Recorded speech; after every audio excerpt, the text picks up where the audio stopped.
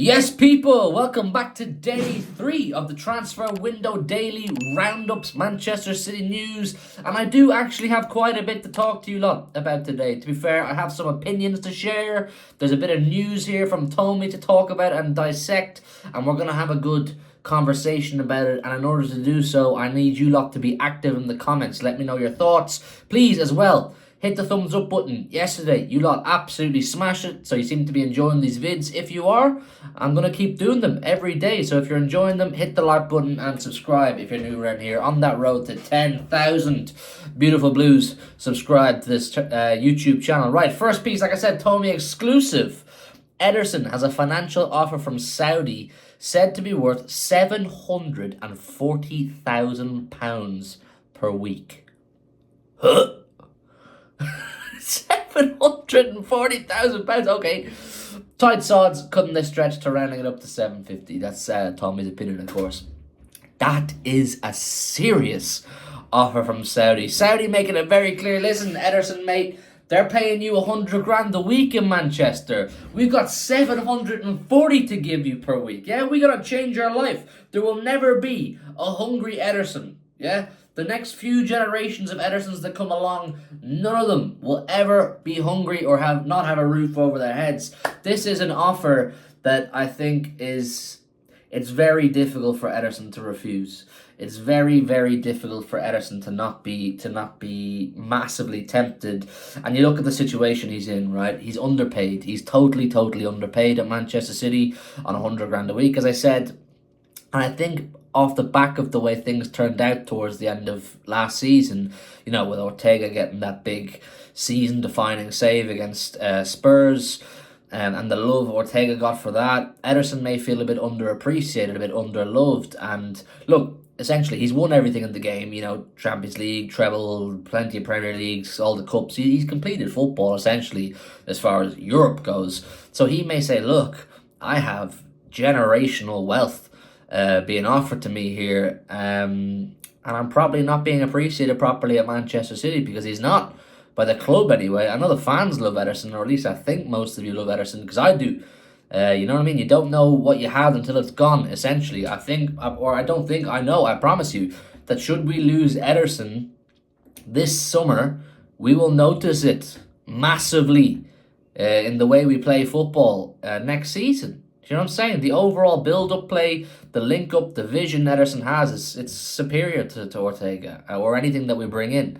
Like, it's a heavily discussed topic. Who's better, Ortega, Ederson? I think Ortega's probably slightly pips Ederson as a shot stopper. But as we know, being Pep Guardiola's goalkeeper, you're required to do a lot more than just be a good shot stopper. You essentially have to be a creator as well as a shot stopper, and Ortega's just nowhere near. Ederson's the best in the world at what he does, essentially.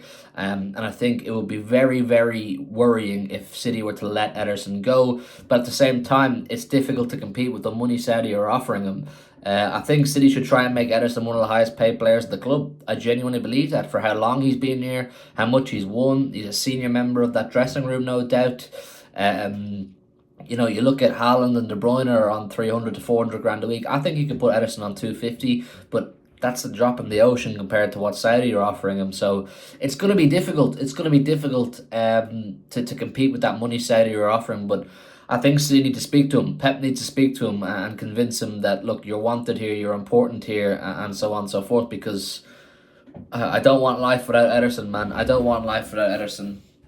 But listen, we'll leave Ederson there for the minute, move on to the next topic. This is more of an opinion, okay? This is more of an opinion based on the... It's an opinion I formed based on the news over the course of the last few days regarding... Remember I told you yesterday about Vincent Kompany wanting Bernardo Silva to come to Bayern Munich. Bernardo obviously has a 50 million release clause, or 52 million according to Tommy here on Twitter. Could Bayern meet that? Not too sure. And then I spoke quite a bit about, on a stream recently, how badly I would love to see Musiala play for Manchester City and how sick Musiala would be. And I know by now you guys have already put 2 and 2 together, and you're probably starting to figure out. You're starting to pick up what I'm putting down, essentially. You know what I mean? If we want Musiala, they want Bernardo Silva. I think there's a bit of a swap to be done. It's probably a swap that financially does not favour Manchester City because I think you give them Bernardo with the valuation of 52 million, which is his release clause. You're probably going to want to lay down another 80 to 90, maybe 100 to get Bayern to properly agree to the deal and sign it all off because, as we all know, they're not going to part ways with their poster boy, their new poster boy, unless they're getting, compensated nicely. But listen, we all know Musiala would be absolutely firecracker under Pep Guardiola in this team, beside Foden, De Bruyne, Haaland. Mwah. Oh. Look, it would pain me. It would upset me to see Bernardo go, but I'm thinking of the future. I'm forecasting here. What is better for us long term? Jamal Musiala, he's the truth, man. He's the next best thing. We're talking about, the next De Bruyne or the De Bruyne replacement. I don't think you'll ever get a De Bruyne replacement because De Bruyne is such a unique footballer.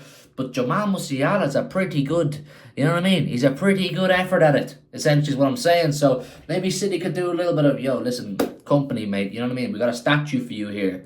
You know what I'm saying? Like, do you not think we can make a deal happen? You're going to get your hands on Musiala anyway when you become the City manager in a few years' time, potentially. But I don't know. I think it's an interesting one.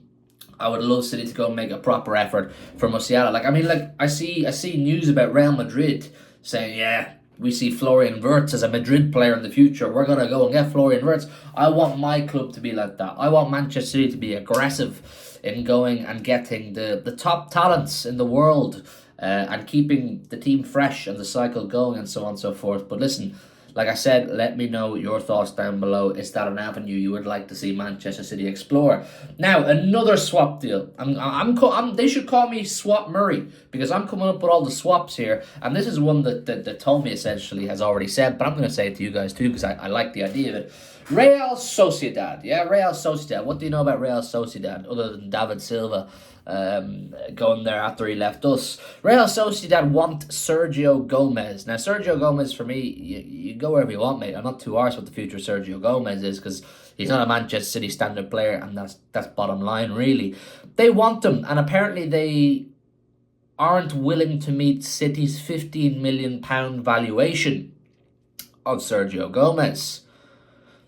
Now, Real Sociedad have a certain midfielder called Martin Zubamendi. Some of you may be familiar with Zubamendi. He's quite a highly rated 25-year-old midfielder throughout Europe. Seen a few top clubs, hovering around them, potentially going to go in for a swoop. He's going to go somewhere bigger and better, with all due respect to Sociedad than them. And we are in the market for a defensive midfielder. Now, look, I've made it perfectly clear, and I think I hope the club are on the same train of thought as me that Bruno G should be top priority number one.